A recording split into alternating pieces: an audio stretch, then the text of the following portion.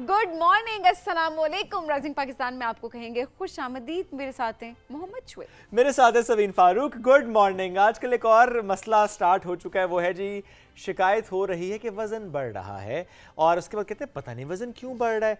मैं बताता हूँ कि वज़न क्यों बढ़ रहा है। जिसका वज़न बढ़ रहा है, जो शिकायत कर रहे हैं कि वज़न बढ़ रहा है, वो बहुत ज़्यादा पार्टीज़ कर रहे हैं, बारबेक्यू पार्टी, टिक्का पार्टी। ये जो ईद के बाद हम माहौल देखते हैं ना, कभी शाम में पार्टी, कभी रात में पार्टी, और कभी दोस्त ने बुला लिया, कभी ख़ानदान की पार्टी हुई, कभी आपने पार्टी घर में क्रिएट कर ली और उसके बाद फिर आप हाथ होला रखते नहीं हैं। तो जब हाथ होला नहीं रखेंगे तो फिर ये जो पेट है ना, ये बता देता है कि आपने क्या किया है इसके साथ। आपने बहुत ज़्यादा जुल्म कर दिया इसके साथ। अच्छा, लोग बड़े जस्टिफिकेशन दे के गोश्त खा रहे हैं आजकल बहुत ज़्यादा। हम थ्रू आउट ईद के दिनों में भी हम देखा, हमने अभी भी हम देख रहे हैं कि जी पोस्ट ईद भी पार्टियां चल रही हैं, तो वो लोग जस्टिफिकेशन ये देते हैं कि हम तो प्रोटीन खा रहे हैं। हाँ, वो कहते हैं हम तो जी प्रोटीन खा रहे हैं, लेकिन उन्हें ये समझ नहीं आता कि उसके अंदर फैट भी मौजूद है। बिकॉज आप जब गोश्त खा रहे हैं, बड़ा गोश्त है, छोटा गोश्त है, या उसके अंदर जो चर्बियाँ ऐड कर करके खा रहे हैं, क्योंकि बारबेक्यू के अंदर अगर चर्बी ना बोटी के अंदर ऐड हो तो सबको लग रहा होता है कि नहीं कुछ नहीं है। अच्छा, दुम्बा जो लोग खा रहे हैं वो फैट, देखिए खाने में कोई मसला नहीं है। अल्लाह की नेमतें हम सब के लिए, और ईद भी एक तरह से किसी नेमत से कम नहीं होती कि हम एक खुशी का मौका होता है, हम कुर्बानी कर रहे होते हैं, उसको सेलिब्रेट करना चाहिए। मसला वहाँ पे होता है जहाँ पर हम कहते हैं ना जी excess of everything is bad. मसला वहाँ पर होता है जहाँ पर हम इतना खाना शुरू कर देते हैं, इतना ज़्यादा हम खा रहे होते हैं, and we don't even understand कि हमारा जो स्टमक है वो इतना डाइजेस्ट नहीं कर सकता। शुएब, बिल्कुल ऐसे ही। और सभी इसमें हम ये आज बात ज़रूर करेंगे कि आपने कितना गोश्त खाना है। सो एक एडल्ट के लिए जो रिकमेंडेड डोज है वो है जनाब 100 to 150 ग्राम्स, नॉट किलोग्राम्स। अच्छा, बताएं कितना होता है 100 to 50 इतना सा? इतना सा एक दिन में दिखाएं, इतना सा। I think it's more than ना। हाँ, इतना सा होता है। सही कह रही हूँ। उसके साथ आप 2 रोटियां आराम से खा सकते हैं। एक खाएं रोटी, 2 ना खाएं, लेकिन इसके साथ रोटी जरूरी भी नहीं है, सिर्फ अगर आप प्रोटीन भी लें, साथ कार्ब या साथ फाइबर ऐड करें ना, तो सैलेड और समथिंग। अच्छा, और इसमें भी डेली जो है ना वो 100 to 150 ग्राम्स है, और वीकली WHO के मुताबिक जो गाइडलाइंस हैं वो ये है कि 500 ग्राम, आधा किलो से ज़्यादा गोश्त आपने एक हफ्ते में आधे किलो से ज़्यादा गोश्त आपने नहीं खाना होता है। मैं लीन मीट की बात कर रहा हूँ। सो प्लीज़ खाते हुए ज़रा ध्यान करें कि आपने कितना खाना है, क्योंकि जब आप खाएंगे ज़्यादा तो उसके बाद होते हैं आपके स्टमक के बहुत ज़्यादा इश्यूज़। फिर आप पहुँचते हैं सीधा डॉक्टर के पास और फिर कहते हैं डॉक्टर साहब मेरे तो पेट का काम हो गया ख़राब। काम होता है तब ख़राब जब आपने अपनी रूटीन को किया होता है ख़राब। तो सब कुछ ठीक करने के लिए आपने काम कम कम कम खाना है। ईद पे सारे डॉक्टर्स की ईदें ख़राब करते हैं सारे। हाँ, अपनी भी और घर वालों की भी, और साथ में डॉक्टर्स की भी, और हेल्थ सिस्टम पे तो देखे बोझ पड़ता है। इस चीज़ को भी हमें देखना चाहिए, मद्देनजर रखना चाहिए, क्योंकि ये वो चीज़ें जो कि हमारे अपने कंट्रोल में है। कहते हैं ना फलानी चीज़ हमारे कंट्रोल में नहीं, ये तो आपकी सेहत है, खाना पीना, ये सब आपके कंट्रोल में है।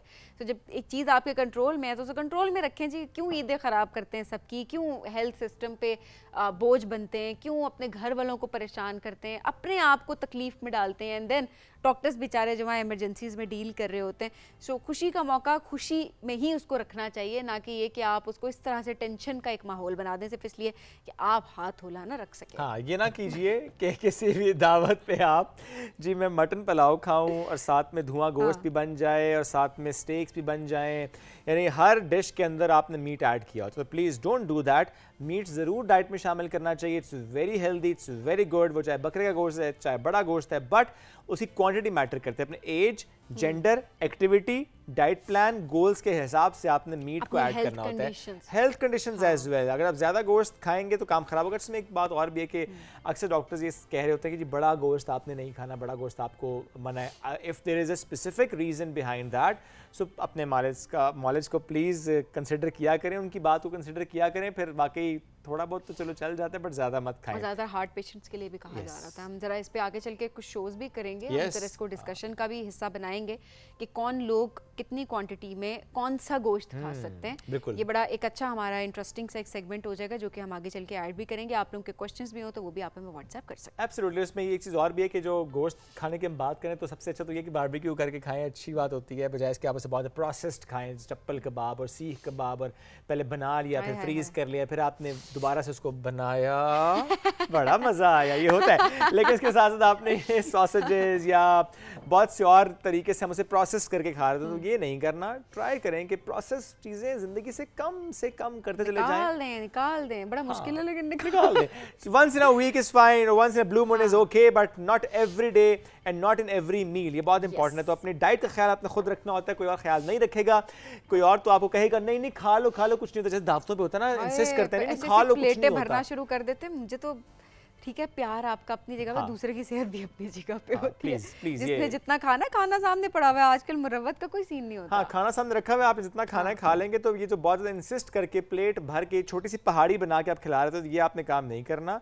जब भी आप दावत का एहतमाम करें, कोशिश करें 1 से 2 meat dishes and that's it. साथ में सैलड्स का इस्तेमाल ज़्यादा से ज़्यादा, फ्रूट्स का इस्तेमाल ज़्यादा से ज़्यादा, ताकि जो आप खा रहे हैं वो फिर मतलब प्रॉपर्ली आप डाइजेस्ट कर सकें। हम प्रोग्राम में और बहुत कुछ अभी आगे शामिल करेंगे और आज का शो हमारा बड़ा इंटरेस्टिंग भी होने वाला है। डिफरेंट टॉपिक्स पे हम आज बात करने वाले हैं और फिटनेस पे भी आज हम बात करेंगे कि ओवरऑल आज, बिकॉज चलें ये पोस्ट ईट तो अपनी जगह पे, but at the same time जो डिहाइड्रेशन के मसाइल, फिटनेस के मसाइल समर्स में हो जाते हैं, उनको किस तरह से केटर किया जा सकता है। एट द सेम टाइम आज जी म्यूजिक की महफिल भी आज यहाँ पे सजेगी, तो जरा देखते हैं कि आज कौन से सिंगर है। तो जरा सरप्राइजेस रखते हैं और हम बढ़ते हैं एक ब्रेक की जाने। बिल्कुल जी, ब्रेक में जा रहे हैं, वापस आएंगे, थोड़ी सी देर में रहिए हमारे साथ। ये है राइजिंग पाकिस्तान।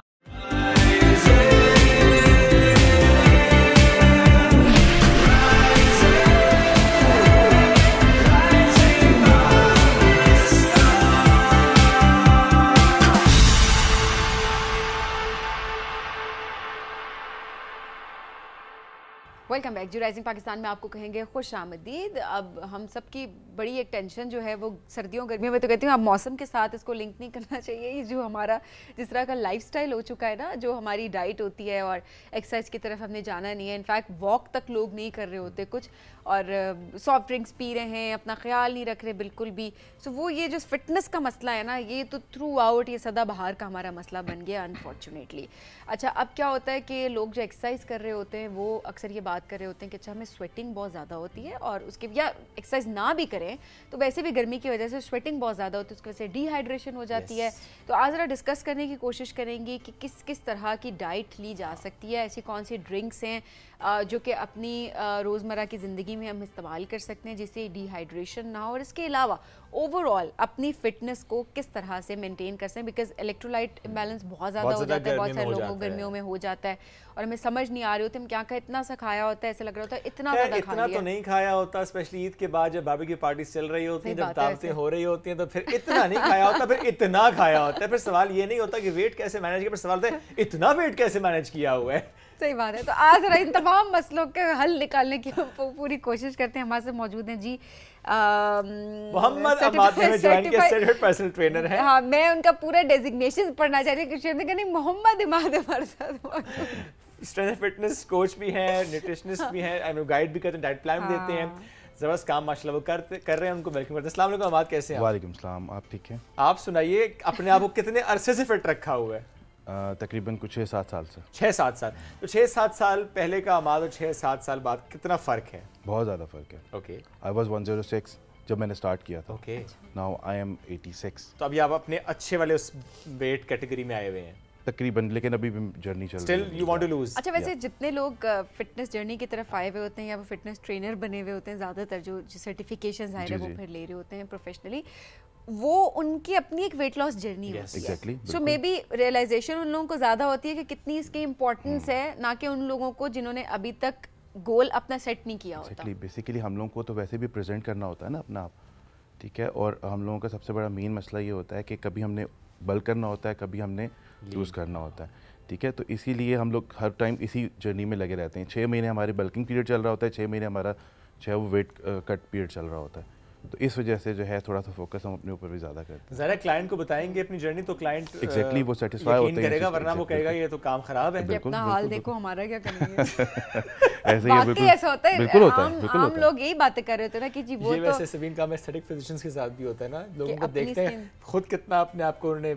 मेंटेन तो किया यही बात होती है। देखें, आपको अगर एक चीज़ की इंपॉर्टेंस का पता है, स्पेशली अगर मतलब आपके पेरेंट्स के पर्सपेक्टिव से भी आप अगर बात करें, तो आप किसी को मशवरा दें तो कोई सबसे पहले आपको देखता है कि इसका अपना क्या हाल है, हमें क्या मशवरा देगा। सबसे मेन चीज़ यही होती है, हमने अपने आप को दिखाएंगे तो अगला बंदा हमारे पे जो है ना वो एतबार करेगा। सबसे मेन मसला तो ये बिल्कुल ऐसे है ना कि किसी के सर पे बाल ना और वो आपसे कहे कि यार ये तेरे इस्तेमाल करो बाल आ जाएंगे। हाँ, एग्जैक्टली। तो ये मामला होता है, मेरे साथ वाकई हो चुका है। एक बार्बर ने मुझे कहा उसके अपने बाल तकरीबन ख़त्म हो गए थे, उसने कहा कि ये तेल हमने बनाया तो ये आप इसका मसाज करें तो बाल आएंगे। मैंने कहा आप लाल है पहला तू आए वैसे मैंने लगाया ही नहीं, मैंने उससे कहा तू लगा खुद मैं ऐसे किसी झांसे में नहीं आता। हाँ। So anyways, बात कहीं और निकल गई है।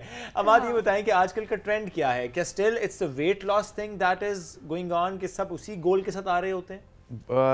80% 80 to 90% लोग, क्योंकि खासतौर पे हमारा एक परसेप्शन है कि समर में हम जिम जाएंगे तो बहुत जल्दी पतले हो जाएंगे, हालांकि ऐसा कुछ भी नहीं सवाल होता। था कि समर के पर्सपेक्टिव से क्या वाकई ये ख्याल होता है कि weight loss is easier in summers? देखिए ख्याल के तौर पे तो बहुत अच्छी चीज़ है, Okay. लेकिन प्रैक्टिकली जो है ये ऐसी बात ऐसा नहीं नहीं है। है। Okay. क्योंकि मसला ये होता है कि जब हम देखें गर्मी है, गर्मी में वैसी स्वेटिंग ज़्यादा होती है, ठीक है, तो उसके लिए जब आप जिम आते हो हम ये सोचते हैं कि यार मेरा ज़्यादा पसीना निकलेगा तो मेरा फैट बर्न हो रहा है, लेकिन ऐसा नहीं है। Okay. वो आपका जो है वो तो नॉर्मल जो है पानी होता है आपके जिस्म का, वही जो है सिर्फ वाटर लॉस हो रहा वाटर लॉस हो रहा होता है, फैट नहीं लॉस होता। फैट लॉस नहीं होता। देखिए फैट का ताल्लुक जो है वो आपकी डाइट से है, जो मेन है आपको डाइट कंट्रोल करेंगे और साथ वर्कआउट करेंगे तब वो चीज़ इफेक्ट करती है। दोनों चीज़ें अगर आप कहें कि मैंने खाली वर्कआउट करना है उससे मैं पतला हो जाऊंगा, ऐसा नहीं होता। खाली डाइट करना, डाइट एंड वर्कआउट आप इसे किस तरह डिवाइड करते हैं? कितने परसेंट इसमें डाइट का रोल होता है और कितने परसेंट एक्सरसाइज का रोल होता है? वैसे तो लोग कहते हैं कि जी 80 और 20% होता है, लेकिन मैं 50-50 करता हूँ, क्योंकि दोनों को पैरेलल लेके चलना पड़ता है। ठीक है। ठीक है, आपकी डाइट अच्छी बैलेंस डाइट होगी तभी आपका वर्कआउट भी इफेक्ट करेगा ना। वो जो 80-20 कहते हैं वो 80% डाइट को 80% डाइट को देते हैं। वो बेसिकली इसलिए कहा जाता है ताकि फोकस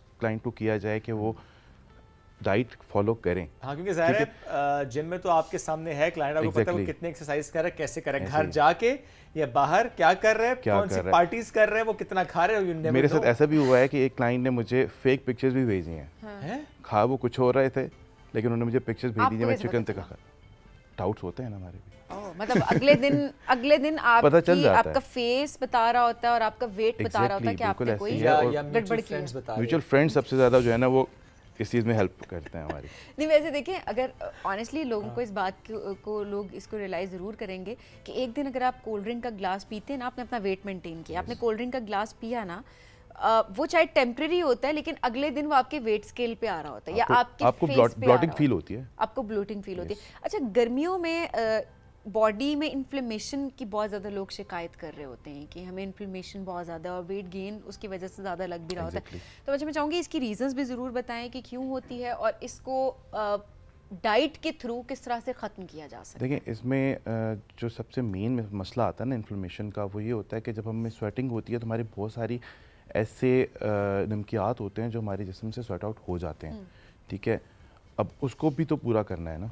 ठीक है, अब उसमें सोडियम है, पोटेशियम है, आपका ये क्या कहते हैं इसको, डिफरेंट इलेक्ट्रोलाइट्स, हाँ वो निकलते हैं एग्जैक्टली। तो उस वजह से उनको पूरा करने के लिए फिर हम लोग को मतलब कोशिश करनी चाहिए कि नींबू पानी या फिर जो है इलेक्ट्रोलाइट वाटर जैसे ग्रेटनेट हो गया, ठीक है, ये यूज़ करें। और इसमें पोटेशियम का बड़ा इंपॉर्टेंट रोल है आपके मसल्स के लिए। ज़रा पोटेशियम लेवल्स लो होंगे तो आपके मसल में जान ही नहीं रहती, क्रैम्प्स पड़ते हैं। हाँ। तो बेसिकली जो ये क्लाइंट्स कंप्लेन करते हैं उसकी मेन रीज़न यही होती है। जी। अच्छा, अब इसमें क्योंकि आजकल बहुत सारे सप्लीमेंट्स का भी रुझान है और अवेयरनेस भी उसकी खासी आ चुकी है। अच्छा, किस तरह का आपका वर्कआउट है या किस तरह का आपका गोल आपने सेट किया और क्या चीज़ आपको प्री वर्कआउट या पोस्ट वर्कआउट या ड्यूरिंग वर्कआउट लेनी होती है?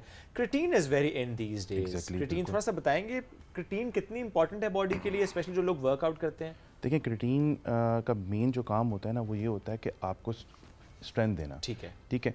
अब समर्स में सबसे बड़ा प्रॉब्लम ये आ रहा होता है कि हम एक तो डिहाइड्रेट हो रहे होते हैं और साथ में उस तरह की स्ट्रेंथ नहीं रहती, तो बेहतर होता है कि हम उसको एज अ सप्लीमेंट यूज़ कर सकते हैं। और हर नॉर्मल पर्सन को जो है वो 5 ग्राम स्कूप ले लेना चाहिए। ओके, यानी creatine is for everyone? Yes, everyone जो कि वर्कआउट कर रहा है। वर्कआउट कर रहा है उसके लिए तो बहुत ज़रूरी है। वर्कआउट नहीं कर रहा, अगर नहीं कर रहा तो वो अपने डॉक्टर से कंसल्ट करके ले। ओके, फीमेल्स को भी जरूरत ही प्रॉब्ली नहीं है फिर। हाँ, ऐसे जितना नहीं होता, लेकिन अगर उसकी एग्जर्शन ज़्यादा है, काम उसका इस तरह का है, तो उसको तो फिर ज़ाहिर बात है कुछ ना कुछ तो लेना पड़ेगा। और इसमें मेल फीमेल वाला इशू नहीं होता, दोनों ले सकते हैं।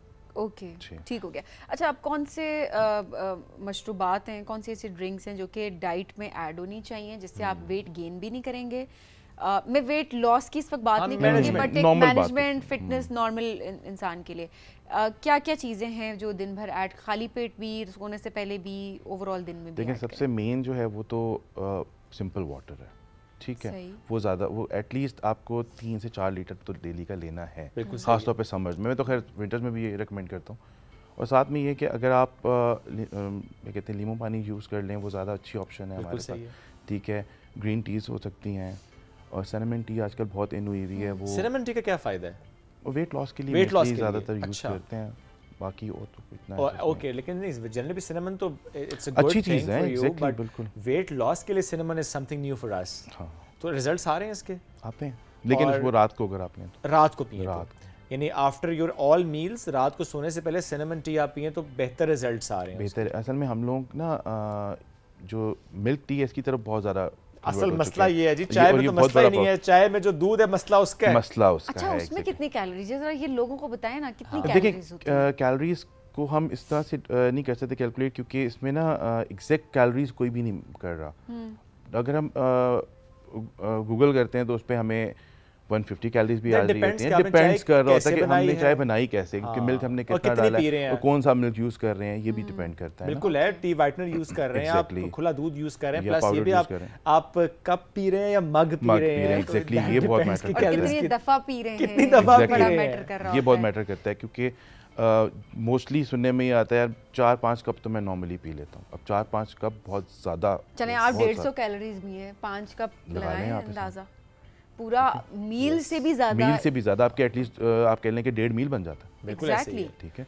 तो चाय तो वैसे भी आई थिंक कट डाउन करें, वैसे समझ में इसलिए भी कट डाउन करें, आई मीन दिल भी नहीं करता इतनी गर्मी में, but still if you are fond of tea, it's diuretic. अगर आप चाय पियेंगे तो आपकी बॉडी से वैसे ही जो पानी है वो एक्सक्रीट आउट होता है, ज़्यादा एक्सक्रीट आउट होता है, फिर आपको ज़्यादा पानी पीना पड़ता है। अगर आप चाय पी रहे हैं ना तो ज़्यादा पानी पीना, फिर वो 4 लीटर वाला काम नहीं है, फिर आपको ज़्यादा पानी। असल में हमारी एक मिसकंसेप्शन ये भी आती है कि यार गर्मी है तो चाय पी लें तो गर्मी को काटेगी।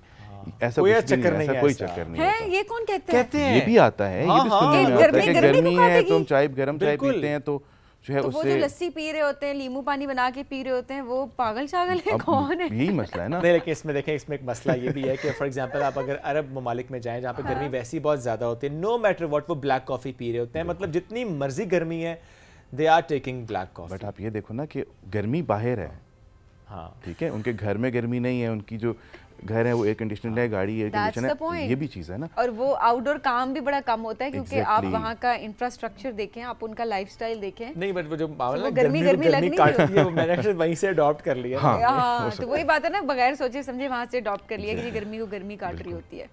ऑलराइट, अब आते हैं जी स्ट्रेंथ एंड कंडीशनिंग के ऊपर। ये कितना इंपॉर्टेंट है? नॉर्मली देखें हम लोग जिम जा रहे थे, दो ही चीज़ें हैं, या वेट गेन है, मसल आपने बढ़ाना होता है, या आपने वेट लॉस करना होता है, अगेन आपने मसल बिल्ड करना, फैट कम करना होता है। लेकिन ये स्ट्रेंथ का एलिमेंट है, इसकी कितनी अवेयरनेस आई है हमारे अंदर कि अच्छा स्ट्रेंथ पर काम करना है? अब आ रही है, ओके, अब बहुत ज़्यादा आ रही है, क्योंकि देखें अभी जो मसला है ना वो ये है कि जितने भी क्लाइंट्स हमारे पास मतलब हमारी जिम में आते हैं, उसमें ये होता है कि मैंने जैसे बताया कि 80% लोग आते हैं वेट लॉस के लिए, तो उनको स्ट्रेंथ ट्रेनिंग करवाएं तो वो ज़्यादा अच्छा रिजल्ट्स मिलता है एज़ कम्पेयर टू हाइपरट्रॉफी, क्योंकि हाइपरट्रॉफी तो गेनिंग के लिए है, ठीक है, जो बंदा गेन करने के लिए आ रहा है उसको हम एक्सरसाइज जो करवाएंगे वो हाइपरट्रॉफी करवाएंगे, ठीक है। तो ये थोड़ी सी चीज़ें अब ये कि अब मॉडर्नाइज होती जा रही हैं, लोगों को अवेयरनेस भी हो रही है, हमारे ट्रेनर्स भी बहुत ज़्यादा वो जो है एजुकेटेड हो रहे हैं, तो उसमें काफ़ी फ़र्क पड़ जाता है। और अब तो आई थिंक इतनी इसमें हमने प्रोग्रेस कर ली है कि अब हमें बहुत कम टाइम के जो वर्कआउट्स हैं उसके बहुत अच्छे रिजल्ट्स आ रहे हैं। अब ये चक्कर नहीं कि आपने 2-2 घंटे जिम लगाने हैं, I mean effective 20-30 minutes of workout is enough, maximum 40 that depends कि अगर आप वाकई थ्रू आउट कर रहे हैं, आप इफ यू आर बिगिनर या बिल्कुल आप तभी स्टार्ट किए तो फिर तो आई थिंक बहुत ज़्यादा workout depending on your goal पूरा डिस्कशन के बाद बेसिकली ना 40 to 45 मिनट्स का वर्कआउट मेरे ख्याल से बहुत होता है। इसके अंदर आपका कार्डियो भी इंक्लूड होना चाहिए, ठीक है। 20 मिनट अगर आप स्ट्रेंथ ट्रेन करते हैं उसके बाद आप कार्डियो करें, आपका पूरा हो जाता है। ये जो लोग ज़्यादा एक्सरसाइजेस कर रहे होते हैं, क्योंकि मैंने अक्सर देखा है कि ओवर ट्रेन कर रहे हैं 2 घंटे कर रहे होते हैं, ओवर ट्रेन जो अपने आप को कर रहे होते हैं, इसका कोई लॉन्ग टर्म आपकी बॉडी के ऊपर इम्पैक्ट होता है? आपको 2 से 3 महीने बाद ही इफेक्ट पता लगना शुरू, आपका वेट स्टक हो जाता है, सबसे मेन चीज़ होती है आपका वेट स्टक हो जाता है, ओके, ठीक है, क्योंकि बॉडी अडॉप्ट कर लेती है ना उसको। वो 2 घंटे अगर आप वर्कआउट कर रहे हैं तो बॉडी ने अडॉप्ट कर लिया, अब उससे ज़्यादा उसको एक्सर्शन चाहिए रिस्पॉन्ड करने के लिए, ठीक है। तो अब फिर उसमें मसला ये है कि जब आप 2-3 महीने बाद से आते हैं तो वहाँ पे आपका प्रॉब्लम फिर ये आना शुरू हो जाता है कि उस रिजल्ट्स नहीं मिलते। सबसे मेन प्रॉब्लम आता है रिजल्ट, मेरे रिजल्ट्स नहीं मिल रहे, मुझे रिजल्ट्स नहीं मिल रहे, ठीक है। रिजल्ट कैसे मिलेगा जब आप 2 घंटे 3 घंटे जो है वो वर्कआउट कर रहे हो, एग्जॉस्ट कर रहे हो अपने आप को बिला वजह का। और उसके जो एक और नेगेटिव पॉइंट ये आता है कि आपके पास और कुछ करने की हिम्मत ही नहीं रहती। सही बात है, ठीक है, आप घर जाएंगे जाके सो जाएंगे। एग्जैक्टली आपकी लाइफ बस जिम से शुरू हो रही है, जिम पे खत्म हो रही है, तो बाकी इस तरह अब हमारी तो मजबूरी है, हमारा तो काम है, हमें तो सुबह से लेकर रात तक रहना पड़ता है। लेकिन एक्सरसाइज के पर्सपेक्टिव से जो लोग जा रहे होते हैं तो वो मेरे ख्याल से बहुत भी अगर आपने टाइम स्पेंड करना है तो स्टार्टिंग में आप, अगर आपको बहुत ज़्यादा शौक है तो 1 घंटा बस। लेकिन अगर ज़्यादा शौक हो और ज़्यादा टाइम स्पेंड कर ले और काम ख़राब हो जाए तो फिर आप कहते हैं खुदा हाफिज़। तो बेहतर है कि आप एक ऑप्टिमम काम करें। एग्जैक्टली, ये बड़ा ज़रूरी है। कंसिस्टेंसी बहुत ज़्यादा ज़रूरी होती है दोनों चीज़ों में, डाइट में भी और वर्कआउट में भी। अब आप ज़्यादा देर वर्कआउट करेंगे या बहुत ज़्यादा डाइट फॉलो करते हैं, मतलब डाइट फॉलो का मतलब ये कि अनरियलिस्टिक, एग्जैक्टली क्रैश डाइट्स वगैरह करते हैं तो वो थोड़ी देर से ही चलती है, उसके बाद फिर आप वो डिसाइड हो जाते हैं, आप छोड़ देते हैं। आप डबल गेन भी कर लेते हैं और उसके बाद जब आप खाना शुरू कर लेते हैं, आप खाना शुरू करेंगे तो आप डबल गेन कर जाएंगे। डबल गेन करेंगे एट द सेम टाइम जो हेल्थ कॉम्प्लिकेशंस होते हैं हमने बहुत सारे लोगों को देखे कि आपका मसल ब्रेकडाउन शुरू हो जाता है और बहुत सारी कॉम्प्लिकेशंस, हेल्थ कॉम्प्लिकेशंस शुरू हो जाती हैं। सिंपल वॉक वो कितनी इंपॉर्टेंट है, वो कितनी देर दिन में की जाए? वो लोग जो कि प्रॉपर वर्कआउट नहीं कर पा रहे, जिम नहीं जा पा रहे होते, जो कि हमारी मेजॉरिटी पॉपुलेशन है। देखें, खाली वॉक इफ़ेक्ट नहीं करती, मैंने आपको पहले भी बताया, दोनों चीज़ें पैरेलल चलती हैं। डाइट को साथ लेके चलेंगे तो वॉक भी इफ़ेक्ट करेगी, लेकिन उसमें ये कि 20 मिनट्स अगर आप वॉक कर लेते हैं, नॉर्मल वॉक अगर आप करते हैं तो मेरे ख्याल से तो ठीक है। लेकिन इसमें यह है कि आप डेली ना अपना एक बुक करें कि अगर मैं 20 मिनट में 3 किलोमीटर वॉक कर रहा हूँ बिलफर्ज, तो 5 दिन बाद हमारा टाइम वो है डिस्टेंस बढ़ जाना चाहिए, या टाइम कम हो जाए डिस्टेंस जो है उतना ही रहे। इन दोनों चीज़ों को लेके हम चल सकते हैं।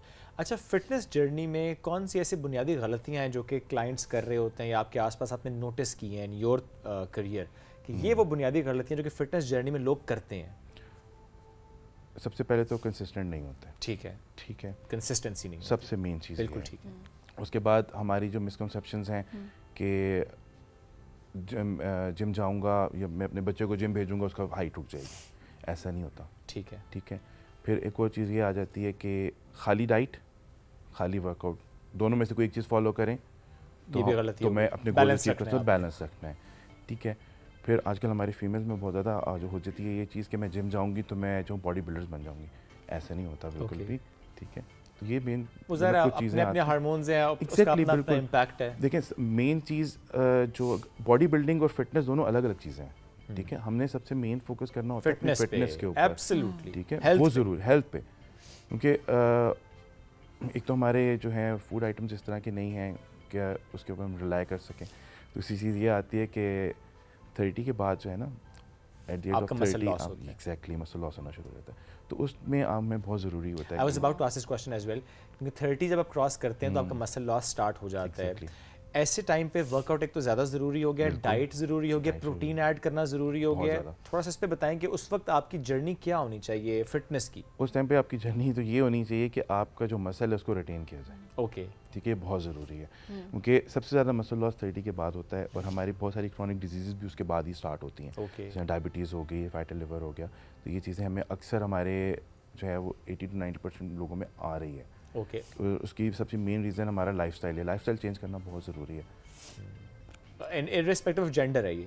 हाँ बिल्कुल बिल्कुल। लड़कियों को भी अगर 30 क्रॉस हो गया तो वो प्लीज़ एक्सरसाइज करें, और लड़कियों को तो बल्कि ज़्यादा करना चाहिए। हम लोगों का जो है यहाँ बहुत सारा इशू ये चीज़ आती है कि फीमेल्स की तरफ ज़्यादा वो खुद भी फोकस नहीं करती और उनको थोड़ा सा डीमोटिवेट भी किया जाता है कि यार तुम जिम जाके क्या करोगे, हल्के उनके लिए ज़्यादा ज़रूरी है, क्योंकि उन्होंने देखें घर पे भी सारी चीज़ें मेंटेन करनी है और ऑफिस गोइंग है, उन्होंने ऑफिस भी देखना है, तो अपने लिए तो उनके पास टाइम ही नहीं है। और ये बड़ा ज़रूरी है कि वो टाइम निकालें और एक्सरसाइज करें। वो मी टाइम होना चाहिए, जो एग्जैक्टली बिल्कुल होना चाहिए। मी टाइम बहुत इंपॉर्टेंट। तो मी टाइम होना चाहिए ना, क्यों नहीं करती जिम? लेकिन उस मी टाइम में जिम भी होना चाहिए। हाँ, ये मी टाइम में स्क्रॉलिंग नहीं होनी चाहिए कि उंगली की एक्सरसाइज नहीं करनी है आपने ऐसे ऐसे। अरे हम क्या करें, हम जिम जाते हैं, हम जरा सी सिर्फ कार्डियो करते हैं, इतना थक जाते हैं कि उठने की दोबारा हिम्मत नहीं होती, वापस बैठ नहीं। वो इसका एज एक इंपॉर्टेंट फैक्टर होता है, लेकिन स्टिल अगर नहीं, लेकिन इसमें मैं एक चीज़ ऐड करता हूँ, डाइट भी डाइट इंपॉर्टेंट है। अगर आप डाइट सही नहीं ले रहे तो डेफिनेटली आप थक जाएंगे। What's your diet?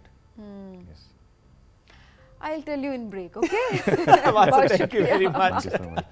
बड़ा इंपॉर्टेंट मौजूद था और ज़ाहिर है बुनियादी बात यह है कि health and fitness that should be your focus focus point, क्योंकि ये नहीं कि बॉडी बिल्डिंग, मैं कहता हूँ weight loss should be your focus too, should be everybody's focus point, the health and fitness thing. मैं तो आपके सामने ट्रेल जाता हूँ, एक्सरसाइज कर लेता हूँ, स्विमिंग करता हूँ। मैंने बता दिया था सबको, आपका ट्रेल पे ऊपर जाके सोता हूँ ना, मतलब। Okay fine, let's take a break, will be right back, stay with us, this is rising Pakistan.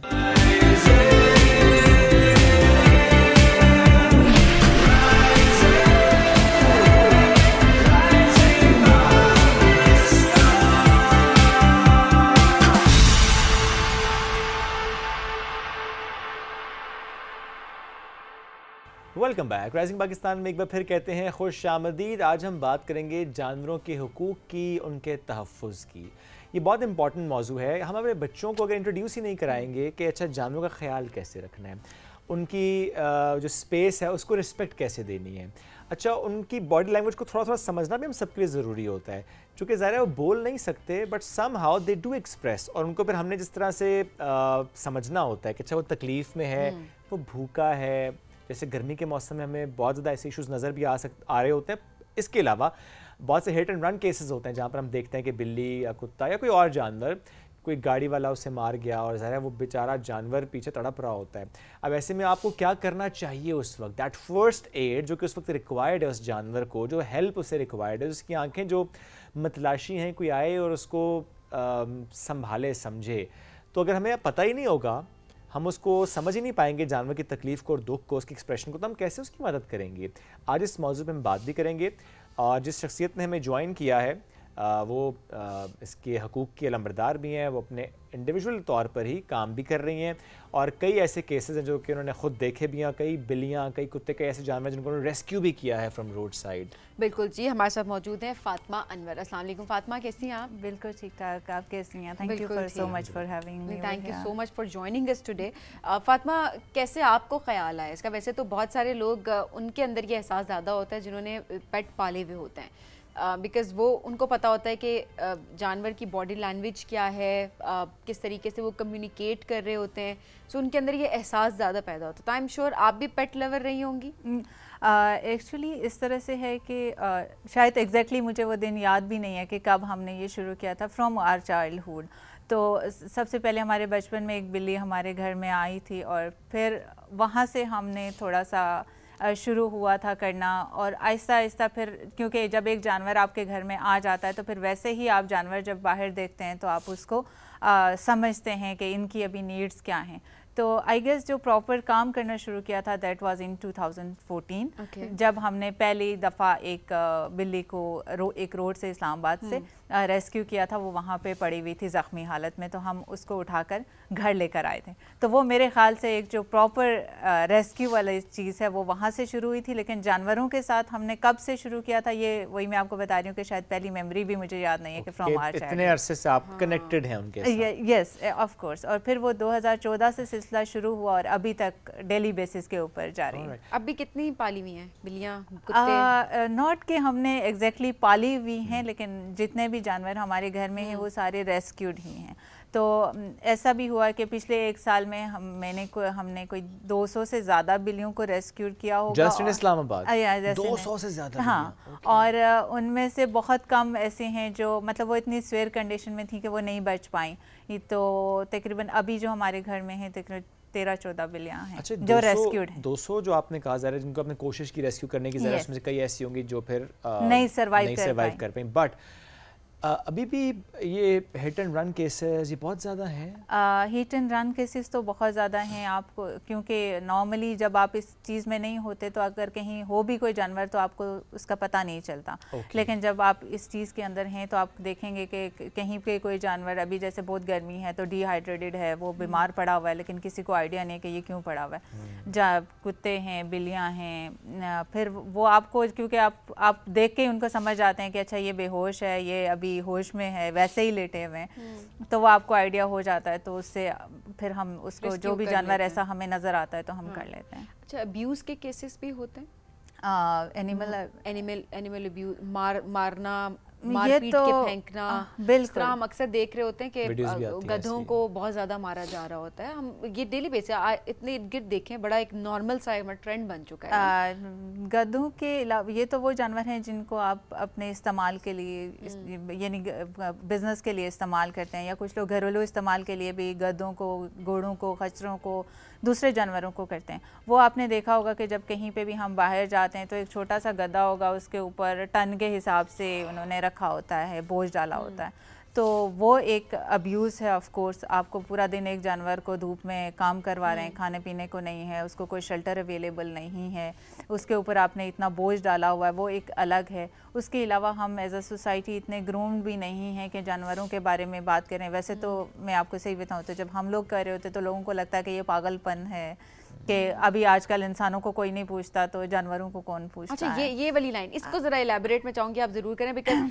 हम अपने इर्द गिर्द ना जब प्रायोरिटाइज भी करने लगते हैं या ज़्यादा ख्याल जानवरों का रखने लगते हैं तो ये कहते हैं इंसानों को तो पूछते नहीं है जिस जानवरों को पूछ रहे हैं। ज़रा इसको इलेबोरेट करें, ये सोच कैसी है हमारी? असल में वही मैंने आपको बताया कि शुरू से हमें जानवरों के बारे में ना ही हमारे सिलेबस में, ना ही एज अ सोसाइटी, ना ही हमारे ज़्यादातर अनफॉर्चुनेटली वालिदैन की तरफ से होता है। अगर बच्चा कोई किसी जानवर के पास, आपने देखा होगा 2-3 साल का, 4 साल का जानवर बच्चा किसी जानवर के पास जाना चाह रहा भी रहा होता है तो उसके पेरेंट्स को कहते हैं कि नहीं, ये नहीं करना। और एक ये भी बहुत होता है कि आप किसी चीज़ को हाथ लगा लेंगे तो उसके साथ जरासीम होते हैं। शायद आपने एक्सपीरियंस नहीं किया होगा, लेकिन अगर आप किसी जानवर को अगर हाथ लगा लें तो जानवर खुद फ़ौरन ज़ुबान से चाट के ख़ुद को साफ़ करता है। उसको लगता है कि मैं गंदा हो गया। हाँ, सही बात उसको लगता है। तो लेकिन हम सोचते हैं कि हम गंदे हो गए। जैसे हम किसी जानवर को हाथ लगाते हैं तो फिर फ़ौरन हाथ धो लेते हैं, वैसे ही जानवर भी जब हम उनको हाथ लगाते हैं तो वो फिर ख़ुद को चाट के साफ़ कर लेते हैं कि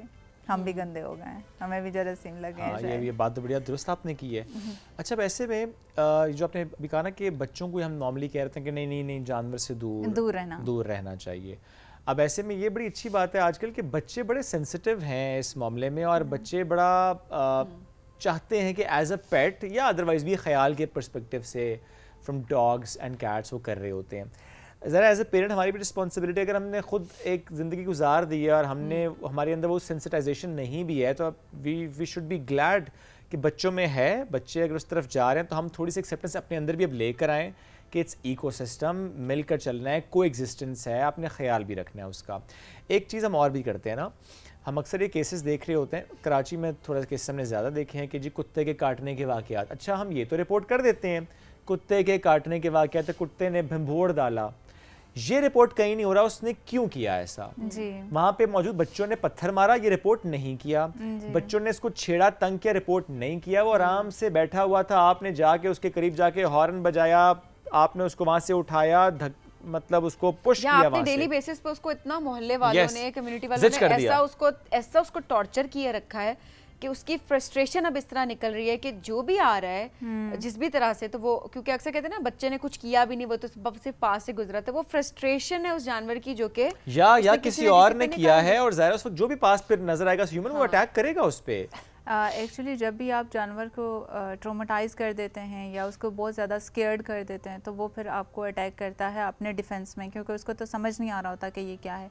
तो ज़्यादातर केसेस उसी तरह के होते हैं। आपको शायद याद हो कि इस्लामाबाद हाई कोर्ट ने बैन किया था कुत्तों को, वो जो पहले हम जहर दे के मारते होते थे, तो वो एक बहुत ही तकलीफ़ दे होता है कि आप बहुत सारे जानवरों को जहर दें। और फिर कुत्ते या जो भी जानवर को जब आप जहर देते हैं तो ऐसा नहीं होता कि आपने जहर दे दिया तो विदिन 30 सेकंड या 1 मिनट में वो फोत हो गया। उनको मरते मरते इतना ज़्यादा 24 घंटे, बाज़ दफ़ा 2 दिन लग जाते हैं और वो तड़प रहे होते हैं। तो वो मनाजर बड़े ही सख्त होते हैं, मतलब हर जो सेंसिटिव लोग होते हैं वो नहीं कर सकते। उसमें ये होता है कि बाज़ जो लाइक फ़ीमेल जो होते हैं वो उन्होंने बच्चे दिए होते हैं, फिर आप उनको जहर दे देते हैं, वो छोटे बच्चे उनके कहीं पे होते हैं और वो भी भूखे मरते हैं। तो आपको एक्चुअली आइडिया नहीं होता। और जितनी भी फीमेल्स आपके जानवर होते हैं वो बच्चे कहीं पे देते हैं और फिर उन बच्चों को छोड़ के खाने के लिए, अपने खाने के लिए, उनके हैं। खाने के लिए कहीं और जा रहे होते हैं, तो पीछे जो है वो या उनको कोई मार देता है गाड़ी से, या ये जो जहर वाले सिलसिला चल रहा होता है या किसी और से। तो ये सिलसिला तो ऐसा सच अब ख़त्म हो चुका है। ये सिर्फ इस्लामाबाद में ख़त्म हो चुका है, लेकिन मैं जैसे आज़ाद कश्मीर से हूँ तो हर महीने वहाँ पे किसी न किसी सिटी में ना ये कुत्ता मार वो चल रही होती है और लोग बड़े खुश भी हो रहे होते हैं। कई सालों से देखा है कि इस पे चूँकि बहुत ज़्यादा कैंपेन्स हुए कि नहीं ये गलत रवैया, ये गलत तरीका है, इस तरह से आप, क्योंकि ज़्यादा उसकी कुत्तों की आबादी पर ज़्यादा बात होती है कि उनकी आबादी को कंट्रोल करना, but that's not the way. और इस पर बहुत आवाज़ उठी, इसमें आसिफ भुट्टो साहब ने बहुत आवाज़ उठाई, इसमें हमने बहुत से लोगों को, बहुत इन्फ्लुएंशियल लोगों को आवाज़ उठाते देखा भी। ये जो आप कह रहे हैं ना, ये ना हुकूमतों के लेवल पे बड़ा कम हो रहा होता है, ये ना कम्युनिटी लेवल पे ज़्यादा हो रहा होता है। ये माइंडसेट हमारा नहीं सही बात। असल में जो गवर्नमेंट में लोग होते हैं वो कम्युनिटी को ही रिप्रेजेंट कर रहे होते हैं, ठीक है। पॉलिसी मेकिंग तो वहाँ से आती है, यानी मैं अगर एक कम्युनिटी से हूँ, आप किसी कम्युनिटी से, जो कम्युनिटी का माइंडसेट है उसी हिसाब से जो लोग बैठे होते हैं पॉलिसी। हाँ, लेकिन ये फिर इसमें ऐड करूंगा कि ये अच्छी बात है कि उसमें समझ आइए लोगों को कि ये नहीं करना, that's not the right way. हाँ, न्यूट्रल करना फॉर कंट्रोल ऑफ पॉपुलेशन, उनकी कंट्रोल करने के लिए इट्स द राइट वे, यही एक तरीके का जो आप अडॉप्ट कर सकते हैं। अच्छा, coming back to this rescue thing, जब भी रेस्क्यू वाला मामला होता है, आप चूँकि जब कहीं जा रहे हैं तो आपको नज़र आ गया सो आ गया, वरना तो ज़ाहिर है कैसे मालूम होगा? तो क्या लोग कांटेक्ट करते हैं आपको जब उन्हें मालूम है कि अच्छा you are doing this thing? हाँ, ये तो डेली बेसिस के ऊपर होता है कि अब क्योंकि लोगों को पता है कि हम करते हैं, तो कहीं पे किसी को कोई नज़र आए जानवर तो वो फिर कांटेक्ट कर लेते हैं कि क्या इसको क्या करना है, या पूछ लेते हैं कि इसको किधर लेके जाना है, या वो हमसे पूछ लेते हैं कि अगर आप उसको रख लें तो हम ज़्यादातर उनको या बता देते हैं, अगर बहुत दूर हो तो उनको बता देते हैं क्या करना है, अगर करीब में हो तो फिर हम लोग चले जाते हैं या उनको कह देते हैं कि उनको भिजवा दें हमारे। ये सिर्फ आज़ाद कश्मीर में? नो, इससे इस्लामाबाद। हाँ, आज़ाद कश्मीर में भी हमने घर में करते हैं उनको। ठीक। अच्छा, कभी आपने विज़िट किया है एनिमल मार्केट्स जहाँ पे हम देखते हैं कि डॉग्स भी, कैट्स भी, डिफरेंट और एनिमल्स जो कि सेल हो रहे होते हैं, जिस तरह से उनको रखा होता है, बहुत छोटी छोटी स्पेसेस में रखा होता है, गर्मी के मौसम में तो और मुश्किल हो गया उनको रखना, वहाँ पे जो हालत होती है, हैव यू सीन दैट? हाँ, मैंने बहुत देखा उसको, और जब आप वहाँ पे जाते हैं तो बड़ा ही आपका दिल दुखता है, बड़ा ही वो, क्योंकि जो जानवर होते हैं ना उनको अल्लाह ताला ने आज़ाद माहौल के लिए पैदा किया, किसी भी जानवर को इसलिए नहीं रखा कि उसको आप पिंजरे में बंद कर दें। तो ये आपने देखा होगा अक्सर इस्लामाबाद में भी कि काफ़ी सारे लोगों ने चिड़ियाँ पकड़ के वो बंद की होती हैं पिंजरे में, और फिर वो आपको कह रहे होते हैं कि आप पैसे दे के इनको आज़ाद करवा लें, हालांकि ये भी कानूनन इस्लामाबाद में बड़ा कम, मैंने I've seen that, बड़ा कम। हाँ, बट स्टिल इस पे ये बात करनी बहुत जरूरी है कि दैट्स इलीगल। जी, इलीगल है ऑब्वियसली, इलीगल है। प्लस ये जो आप सोच रहे हैं कि आप उनको आज़ाद करके दुआएं मिलेंगी, मतलब ये ऐसी दुआएं, तो आपने उनको पहले कैद क्यों किया? आज़ाद करके दुआएं मिलेंगी ये आपको लग रहा होता है, बिकॉज़ देखिए ये भी तो एक साइकिल है ना। हाँ। ये साइकोलॉजी से खेल रहे होते हैं। तो बेहतर दुआ आप ऐसे लें कि जो बंदा ये काम करे उसे पकड़वाएं, रिपोर्टेड उसे पकड़वाएं, अरेस्ट करवाएं, आज़ाद तो वो चिड़िया हो जाएगी, लेकिन आइंदा वो किसी चिड़िया को कैद नहीं करेगा। वो जो जिक्र कर रहे थे ना आप मार्केट का, लिटरली जो आप इस्लामाबाद पिंडी की भी बात कर रहे हैं, तो ये कॉलेज रोड पे जो हालात हैं, मैं तो इसको मेंशन करना चाहूँगी, जो मर्जी इसमें कहे जैसे भी हो, बट खुद मैंने वहाँ पर जो हालात देखे हुए ना, जानवरों की बात, जानवर, परिंदे, इतना बुरा हाल है वहाँ पर कि कोई चेक एंड बैलेंस नहीं है किसी भी तरह का। वहाँ पर लोगों ने इतनी बुरी तरह से उनको केज किया हुआ है, और मैं हैरान होती हूँ कि बिल्लियाँ कितने दिनों तक उनकी सफाई नहीं होती, पास से गुजरे वहाँ से स्मेल आ रही होती है हर शॉप के बाहर से। सो ये तो हालात हैं उधर के। एक तो आपकी जो एनिमल मार्केट्स हैं वो, और प्लस जो आपके ज़ू हैं वो। ज़ू एक बहुत बड़ा आप कह सकते हैं कि टॉर्चर की जगह है जानवरों के लिए। जिस तरह वहाँ पे पाकिस्तान में आपने देखा है कि ज़ू का जो हालात हैं, जानवरों के साथ जो सलूक किया जाता है, आपको पहले भी शायद आइडिया हो कि सुप्रीम कोर्ट ने एक बड़ा एग्रेसिव एक्शन लिया था, और ये भी कहा था कि हम इस चीज़ को इतना हाईलाइट नहीं करते बिकॉज ऑन सम पॉइंट हो सकता है, क्योंकि आपके इंटरनेशनली एग्रीमेंट्स होते हैं, आप यूएन के चार्टर्ड के ऊपर जितने भी कंट्रीज़ हैं, they have to agreed on so many things included animal rights. तो अगर आप उनकी वायलेशन करते हैं तो ऑन सो मेनी पॉइंट्स आपको पाबंदियाँ लग सकती हैं उन चीज़ों के ऊपर। तो इसलिए सुप्रीम कोर्ट ने तब काफ़ी स्ट्रिक्ट एक्शन लिया था, और वो आपका एक ज़ू जो है वो बंद हुआ था जब वहाँ पे जानवर भूखे मर गए थे, और जो लोग इन्वॉल्व थे एक्चुअली उनकी वेलफेयर के लिए, उनकी प्रोटेक्शन के लिए, वो ही उनको मारने के जिम्मेदार थे। एग्जैक्टली करूंगा उनके लिए, क्योंकि जिन्होंने ख्याल रखना था वही कातिल निकले थे उनके। इसमें हमारे हाथी आपने देखा है किस तरह फोत हुए हैं। फिर हमारे पास जितने भी ऐसे जानवर थे जो बड़े ही नायाब हैं, उनके साथ जो जुल्म हुआ वो, और डेली बेसिस के ऊपर आपको कहीं ना कहीं किसी न किसी इलाके से किसी नायाब बड़े जानवर खबर आ जाती है। खबर आती है। अच्छी बात है कि जू को लेके भी खासा माइंडसेट बदला है, खासा माइंडसेट भी बदला है, और जो जू है उनकी कंडीशंस भी बहुत बेहतर नजर आई हैं पहले की निस्बत। बिकॉज आप विजिट करें कुछ जगहों पर तो वो आपको काफी बेहतर, काफी अच्छा वेल मैनेज्ड आपको दिख रहा होता है। थोड़ा सा सफारी की तरफ स्विच किया गया है, आहिस्ता आहिस्ता, बेहतरी की तरफ ले गया है। बट स्टिल मजीद काम होना चाहिए जी। हम तो एडवोकेट करते हैं इसी को कि मजीद काम होना चाहिए, जितना कंफर्ट प्रोवाइड करे, no cage for animals and birds as well. अच्छा, अब ऐसे में आप लोग क्या सिर्फ रेस्क्यू करते हैं या फिर रिपोर्ट भी कर रहे होते हैं? क्या कभी रिपोर्ट भी आप लोगों ने किया, या फिर इस वक्त जो हमारे नाज़रीन देख रहे हैं उनको भी ज़रा बताइएगा कि क्या तरीका है कि अगर वो ऐसा कोई अब्यूज़ देखते हैं कि जानवरों को तंग किया जा रहा है या उनको अब्यूज़ किया जा रहा है, तो उस लिहाज से वो उसी टाइम पर रिपोर्ट कर सकते हैं? एक्चुअली अनफॉर्चुनेटली अभी तक जानवरों के अब्यूज़ के ऊपर ऐसी कोई हेल्पलाइन आपके पास अवेलेबल नहीं है कि जहाँ पे हम कोई जानवर की कोई चीज़ देखें तो हम उन्हें कहें कि ये जानवर के साथ ये हो रहा है। और आई डोंट थिंक सो, और अब मुझे आइडिया भी नहीं है कि इफ़ आई रिपोर्ट समवेयर के पुलिस को या किसी को रिपोर्ट करूं तो what will be their response on this. के जैसे ईद से पहले हमने एक वीडियो देखी थी, मुझे अब शहर का नाम नहीं याद, वहाँ पे कुत्ते पे जुल्म किया जा रहा था, वो जो लड़का इन्वॉल्व था वो नेक्स्ट डे ही गिरफ्तार हुआ था। That's the power of social media. इसी तरह से हमने एक वीडियो देखी थी जिसमें उन्होंने एक गधे को पूल में फेंक दिया था, वो भी लड़का आई थिंक गिरफ्तार हुआ। लेकिन गिरफ्तार हुआ था तो इसका मतलब कानून है ना, किसी कानून तो है, कानून तो है। मैं पॉइंट है सोशल मीडिया पे की पावर है ना ये, कि जब आप रिपोर्ट करते हैं, जब आप उसे हाईलाइट करते हैं तो पुलिस एक्शन लेती है। देखिए, जो मुल्की कानून हैं आपके और एक आपके रिलीजियस कानून हैं, दोनों एनिमल प्रोटेक्शन को इंश्योर करते हैं, ठीक। लेकिन हमारे पास अनफॉर्चुनेटली कानून इतने हैं ना कि आपका उन कागजों से ट्रक भर जाएगा, लेकिन इम्प्लीमेंटेशन जो है वो अपनी जगह। लेकिन at the same time I believe के why do we need these laws? I mean, where are we living? It's 2025. अगर हमें मालूम ही नहीं है कि हमने क्या करना है, उसके लिए हमें कानून चाहिए, उसकी इम्प्लीमेंटेशन चाहिए हमें, कि अपने ख्याल करना है जानवरों का। मेरे ख्याल में तो ये एक सिविक सेंस होती है जो कि होनी चाहिए हमारे अंदर, कि अच्छा हमें कैसे रहना है और शहर में। आपकी बात बिल्कुल ठीक है। पहली बात तो हमें इनकी ज़रूरत ही नहीं होनी चाहिए, बिकॉज ये तो वाकई आपके अंदर का एहसास है। लेकिन वो लोग जिनके अंदर से एहसास मर जाता है, उनके लिए कानून, उनको फिर अपना एग्जाम्पल बनाना होता है, बनाना होता है, ताकि बाकी लोगों के अंदर एहसास जो है ना उसको जिंदा रखा जा सके किसी तरह। और ऐसे केसेस जो हैं वो बड़े कम रिपोर्ट हो सके। But still we should be hopeful enough कि हमें रिपोर्ट करना है, हमें अपने इदारों पर ट्रस्ट करना है। क्योंकि जब सोशल मीडिया पे हम देख रहे होते हैं कि कोई कैंपेन चलाई जाती है, कैसी कोई पिक्चर अपलोड की जाती है, तो हमारे इदारे खड़े होते हैं सामने, हमारे इदारे गिरफ्तार भी करते हैं ऐसे लोगों को और उनको सजाएं भी दी जा रही होती है। तो ऐसा नहीं है कि एक्शन नहीं लिया जा रहा होता। ये भी एक अजीब सोच है हमारी एज ए सोसाइटी के कानून है क्या हो जाएगा, इम्प्लीमेंटेशन तो होती नहीं है, कानून साजी से क्या हो जाएगा। आई थिंक हम रिपोर्ट नहीं करते। इस माइंडसेट को चेंज करना चाहिए। ज़्यादा से ज़्यादा लोग सपोर्ट करेंगे तो फिर इदारे भी मजीद हरकत में आते हैं कि नीचे रिपोर्ट हो रही है तो ये बड़ा सेंसिटिव चीज़ है और हमें इसके लिए मजीद काम करना है। तो ये mindset as a citizen of Pakistan हम सबको बदलने की बहुत ज़्यादा ज़रूरत है।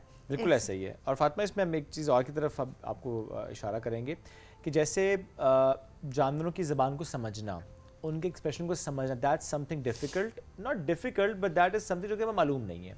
सो अगर आप थोड़ा सा गाइड के पहले बिल्लियों पे आते हैं कि जैसे अगर आपके आसपास कोई बिल्ली है, उसका क्या एक्सप्रेशन क्या बताता है। जैसे आपने कहा ना कि समटाइम बेहोश होते पता ही नहीं होता बेहोश हुई है। सो क्या ऐसे साइंस एंड सिम्टम्स हैं जो देखें अगर हम ऐसे गली में किसी बिल्ली को, तो हमें फ़ौरन से थोड़ा सा अपने कान खड़े करने चाहिए कि देयर इज समथिंग रॉन्ग?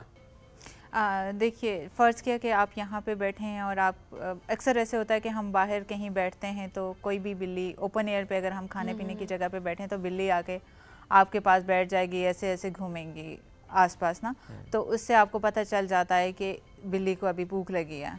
तो काफ़ी सारे लोग उसको हटा देते हैं, आएगी फिर हटा देंगे, फिर आएगी फिर हटा देंगे, लेकिन उस टाइम उसको खाने के लिए चाहिए होता है, उस टाइम उसको पीने के लिए चाहिए होता है। अगर कोई बिल्ली फ़र्ज़ किया कि डिहाइड्रेटेड है, उसको पानी की कमी का है, तो क्या होगा कि उसके जो बाल हैं वो थोड़े से ऐसे उठे उठे से होते हैं। नॉर्मली बिल्लियों के बाल यूँ होते हैं, लेकिन अगर कोई बिल्ली बीमार है तो उसके बाल उठे हुए होंगे। और उसके अलावा अगर आप थोड़ा सा गौर करें उनके मुंह के ऊपर, तो उनका नाक थोड़ा सा वाइटिश सा हुआ होता है। नॉर्मली जो जानवर हैं उनका जो नाक है वो पिंक होता है, लेकिन अगर किसी जानवर का नाक, कुत्ते का या बिल्ली का, पिंक नहीं है, वाइटिश है, तो इसका मतलब है कि वो इस टाइम बीमार है, उसको हेल्प की ज़रूरत है। सही है। और अगर कोई बिल्ली फ़र्ज़ के आप गुजरे हैं, बाज़ दफ़ा ऐसे होता है कि सो रहे होते हैं तो आपको पता नहीं चलता कि ये सो रहे हैं कि बीमार हैं।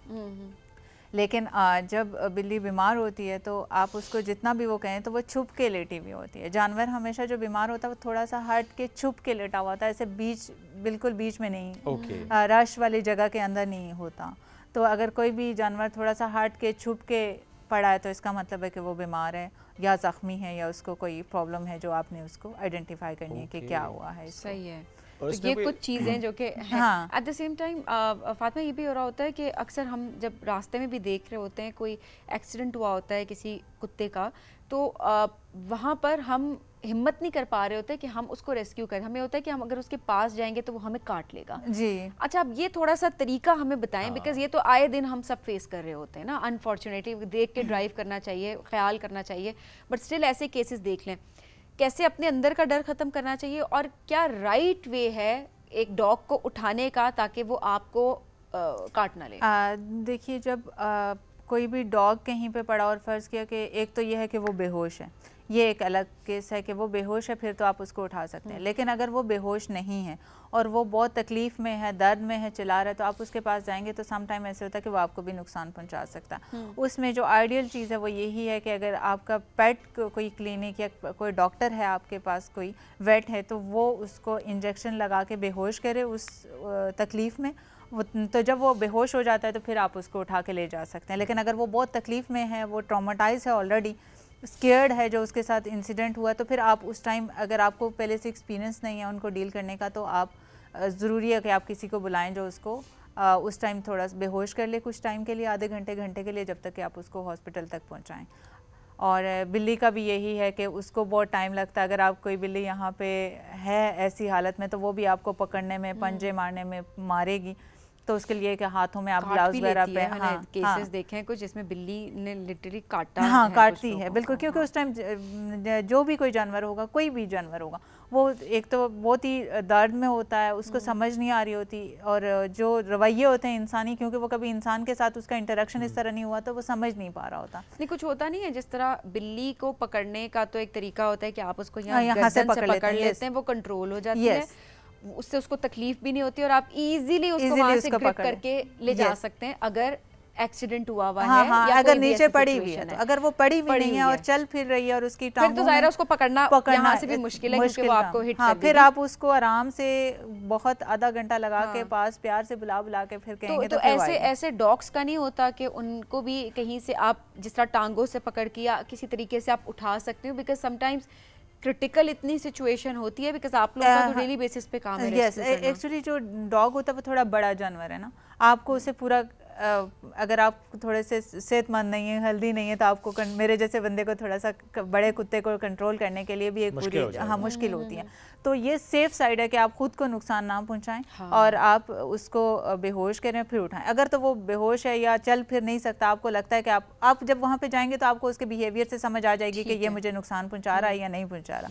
तो बाज़ दफ़ा अगर आप उसको प्यार से हाथ लगाएंगे तो नॉर्मली कुत्ते 5-10 मिनट में काम हो जाते हैं। ऐसे में लोग गलतियाँ क्या करते हैं? क्या उनको उस वक्त कुछ खिला पिला देना वो गलती होती है? असल में जब जानवर ऑलरेडी बहुत तकलीफ में होता है, आप उसको कुछ भी खाने को देंगे तो वो नहीं खाएगा, या अगर बहुत ज़्यादा रश डाल देंगे या बहुत ज़्यादा शोर शराबा डाल देंगे तो उसको समझ नहीं आती इन बिहेवियर्स की, तो वो फिर और चलाना शुरू कर देगा, इधर उधर भागेगा, आपको काटने की कोशिश करेगा। तो ये नहीं करना चाहिए, ये नहीं करना, ये बुनियादी सी बात है, इस पर आपने फोकस करना है। प्लस बहुत विजिलेंट रहें। गर्मी का मौसम है, हम अक्सर देखते हैं कि बिल्लियाँ या कुत्ते, कोई भी जानवर आपकी गाड़ी के नीचे सो रहा होता है, आराम कर रहा होता है, ज़रा साया चाहिए होता है, सो जब भी आप गाड़ी अपनी निकालें तो प्लीज़ मेक श्योर कि उसके टायर के आसपास उसके नीचे कोई जानवर तो नहीं है, चूँकि फिर आप एकदम से तेज़ी से निकालते हैं गाड़ी और वो ज़ख्मी हो जाता है। ऐसे बहुत से केसेस में देखे भी हैं।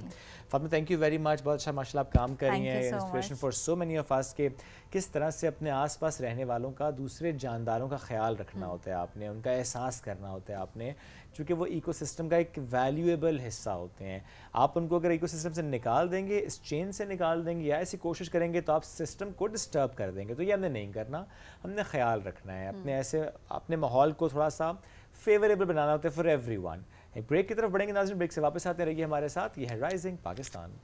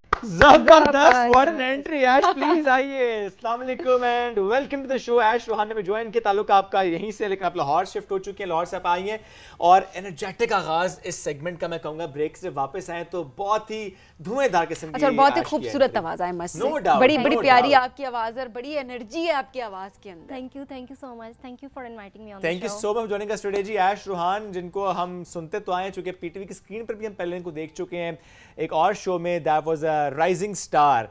और इसके अलावा अगर हम ऐश की बात करें तो ड्रामे हो या फिल्म्स, अपनी आवाज़ का जादू वो जगा चुकी हैं। 2015 से इन्होंने आगाज़ किया है और जिस तरह सूफी म्यूजिक को रैप का इन्होंने एक टच दिया ना, दैट इज समथिंग जो कि इनके क्रेडिट पर जाता है, because she is the first one जिन्होंने ये किया है और उसके बाद इसको लेकर चल रही हैं। तो आज हम म्यूजिक तो एंजॉय करेंगे, जरा गपशप भी लगाएंगे, उनकी जर्नी से मुतालिक भी बात करेंगे। बिल्कुल जी, तो जर्नी तो आपकी बड़ी छोटी उम्र से शुरू हो गई है। श्रेम ने जिस तरह बताया, एज में रिवील नहीं करूंगी बट एज भी आपकी बड़ी कम ही है अभी तक।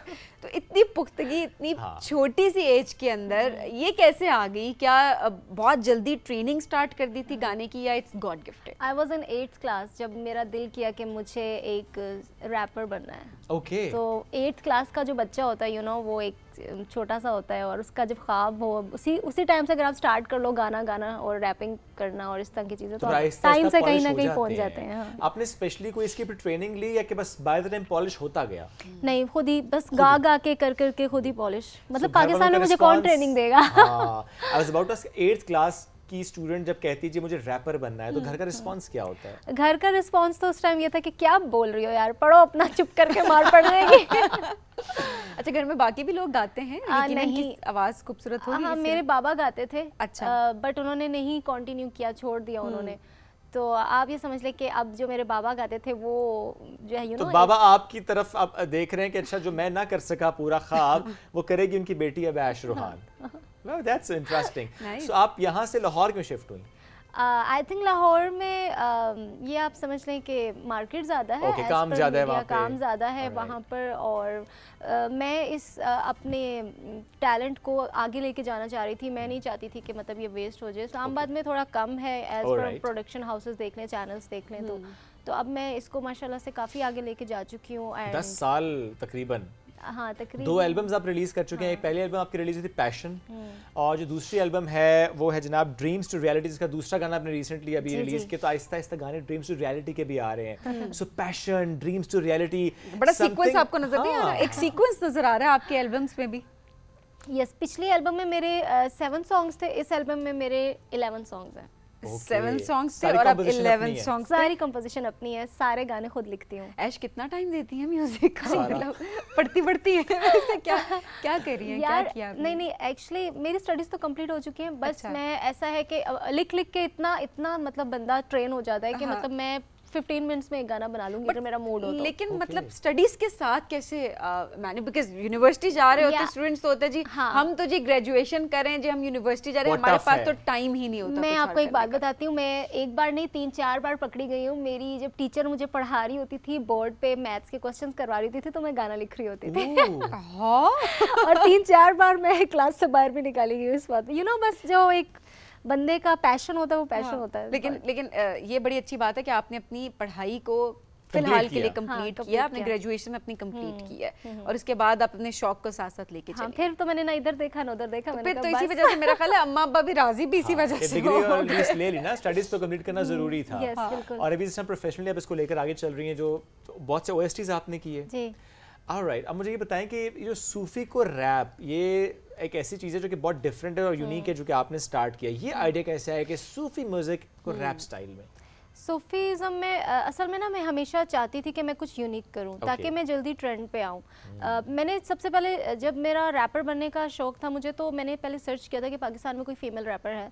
पाकिस्तान में कोई फ़ीमेल रैपर नहीं थी, तो मैंने फिर सर्च किया कि यार सूफीज़म में किसी ने रैप किया, तो नो वन वाज देयर। तो फिर मैंने कहा यार आई थिंक मुझे करना चाहिए। तो फिर मैंने रैप को कन्वर्ट किया सूफीज़म में, बुल्ले शाह की कोई पोइट्री उठाई, मैंने डिफरेंट चीज़ें बनाई, कुछ अपनी लाइंस ऐड की और फिर मैंने सूफीज़म में किया। ये तो यकीनन बड़ा एक मुश्किल काम आपने किया, स्पेशली पब्लिक के पर्सपेक्टिव से देखा जाए तो लोग डाइजेस्ट नई चीज़ को बड़ा कम कर पा रहे होते हैं उस तरह, स्पेशली सोशल मीडिया क्योंकि अब दौर है, तो वो तो आप ये भी नहीं है कि कोई एल्बम रिलीज़ करेंगे तो कहीं ना कहीं से किसी मोहल्ले वाले से दूर से आस पड़ोस से पता चलेगा, ये तो डायरेक्ट आपके ऊपर क्रिटिसिज्म हो जाता है। इसमें एक मैंने ऐसे अल्फाज इस्तेमाल किए हैं क्योंकि वो एक एक्सपीरियंस था मेरा कि मैं कुछ ऐसे लोगों से मिली थी जो मतलब पैसे को बहुत ही अहमियत देते हैं, रिश्तों को नहीं, दिलों के साथ खेलने वाले लोग कुछ होते हैं, कुछ टू फेस पीपल होते हैं। तो मैंने ऐसा कुछ लिखा कि आप जो है पैसे को छोड़ दो, सब कुछ खुदा है और वो खुदा ही है जो देने वाला भी है, लेने वाला भी है। तो आप इस चीज़ को कुछ भी ना करें, मतलब इस तरह के मैंने लिरिक्स इसके अंदर ऐड किए कि चढ़दे पहाड़ ते सैलाब में वेखे, नाल कंडे आदे रुले दे गुलाब में वेखे, कदी करी न तू मान दौलत ते सड़का ते रुले दे नवाब में वेखे। ये है बुल्ले शाह का कोरस, लेकिन इसके अंदर ऐड मैं देख रही हूँ पंजाबी आपकी बड़ी अच्छी है। बड़ा अच्छा, ये पंजाबी में ही है कि अब वही मैं कह रही हूँ जब, लेकिन वो जिस तरह से लोग गा भी रहे होते हैं ना, तो अगर उनको आती नहीं है, लिरिक्स याद हो जाते, बट उस तरह से निकल के नहीं आ रही होती। हाँ, बट इफ यू पंजाबी और आपके घर में बोली जाती है और आपको अच्छी आती है, नहीं बोली जाती, नहीं बोली जाती फिर भी अच्छी है, ये तो मुश्किल काम हो गया है। चले, इट्स गुड कि हमारी यंग जनरेशन अपनी जुबानों के साथ भी जुड़ रही है, कनेक्टेड है, ये एक बड़ी बात होती है। That's very true. अच्छा, आप थोड़ा सा बताएं कि कॉन्सर्ट्स ज़्यादा या प्लेबैक, OSTs ज़्यादा शौक क्या है म्यूज़िक को लेकर? ज़्यादा शौक मुझे कॉन्सर्ट्स का ही है, क्योंकि उसका मुझे मैं ना इसको एक बिजनेस भी समझती हूँ। ये सिर्फ एक पैशन नहीं है, ये एक बहुत बड़ा बिजनेस है। Turning your passion into money making. Yes, तो मुझे काम भी करना है और साथ में कमाना भी है। तो कॉन्सर्ट्स में ये होता है कि आप अगर किसी फेस्टिवल में जाते हो तो वहाँ पर कोई 2000 1000 से ज़्यादा लोग आए हुए होते हैं। तो जब आप वहाँ पे खड़े होके परफॉर्म करते हो ना, तो वो 1000 से 2000 बंदा आपको देखता है, आपको जानता है, और वो कहता है अच्छा वो लड़की थी, उसका ये गाना था, चलो लगाओ। गाना भी बढ़ेगा, आपका नाम भी बढ़ेगा। That's very true. Brand image बन रहा है ना? Yes. तो कितने फ्रीक्वेंसी के साथ कर रही हैं इवेंट्स? फ्रीक्वेंसी ये है कि मैं हर इवेंट नहीं कर रही अब। पहले मैं हर इवेंट पे चली जाती थी क्योंकि अब जरा चूजी हो गई है। ऐसी थी कि I was little bit immature और पैशन ही पैशन था, कमाना नहीं था, नाम का इतना नहीं था। तो अभी ऐसा है कि मतलब 3 मंथ्स में 2 मंथ्स में एक करती हैं, क्वालिटी काम पे बिलीव करती हैं। कम करेंगे, अच्छा करेंगे, एनर्जी के साथ करेंगे, फोकस्ड होके करेंगे। मैं वहाँ करती हूँ जहाँ पर मुझे पता हो कि फेस्टिवल अच्छा है, मैनेजमेंट अच्छी है, कोई बदतमीजी नहीं होगी और एक प्रोफेशनलिज्म भी। ये सबसे वैसे इंपॉर्टेंट चीज़ है जी, as a female in Pakistan ये देखना, as a female and male as well. हम देखते हैं कि जहाँ पर बदतमीजी होनी होती है ना, वहाँ पे हमारे मेल आर्टिस्ट भी वो बहुत बुरी तरह से उनको भी ट्रीट किया जा रहा होता है। हम अक्सर देख रहे होते हैं, कोई नहीं करता इस बारे। अच्छा, रिसेंटली मैं इसको ज़रा ये भी हाईलाइट करना चाहूँगी, माहिरा खान की जो क्लिप सामने आया और किस तरीके से, हालांकि हम हमेशा पाकिस्तान की बात कर रहे थे, पाकिस्तान में ये, पाकिस्तान में वो, दूसरे मुल्क की बात है, वहाँ पे वो गई हुई थी अपनी फिल्म की प्रमोशन के लिए, और उधर वो क्लिप जब सामने आया तो लिटरली पब्लिक ने उनको इतनी बुरी तरह से घेरा हुआ था कि शी वॉज अनकम्फर्टेबल, वो नज़र आ रहा था और उनको बस रेस्क्यू किया गया वहाँ से। सो ये जो सिविक सेंस है ना, ये बड़ी ज़रूरी होती है। आप कहीं भी चले जाएं, कितने भी बड़े स्टार क्यों ना आगे, उनका भी एक पर्सनल स्पेस है, एक उनका भी कंफर्ट लेवल होता है जिसको मद्देनज़र रखना चाहिए। तो पाकिस्तान में रहते हुए भी ख्याल करें और पाकिस्तान से बाहर भी ख्याल करें। और यही देखें, यही होता है कि पाकिस्तान का बुरा इमेज जो है ना बाहर जा रहा होता है, कि जब पाकिस्तानी जब बाहर जाकर ना इस तरह से कर रहे होते हैं, आपकी स्टार हैं वो वहीं पर, वो आप लोगों के लिए आई होती है, और इस तरह हमारे और बहुत सारे स्टार्स हैं वो आप लोगों के लिए वहाँ पर आए हुए होते हैं। तो इट्स वेरी इंपॉर्टेंट कि आप डिसिप्लिन जो है वो वहाँ पर मेनटेन जरूर रखें और काइंडली उनको हरास ना करें। वेरी ट्रू जी, बड़ा इंपॉर्टेंट आपको मैसेज था, और इस पर तो आई थिंक बार बात होनी चाहिए, अनलेस के ऐसे इंसिडेंट्स बिल्कुल ख़त्म हो जाएं। अच्छा ऐश, आप बताएं कि सूफ़ी के अलावा भी तो आपने गाया ना? जी, सूफ़ी के अलावा मैंने पर्ची मूवी है एक पाकिस्तानी, हरीम फ़रूक अली रहमान की, उसका टाइटल ट्रैक मैंने किया था। फिर सहारा यूके के साथ मैंने मैशअप किया था।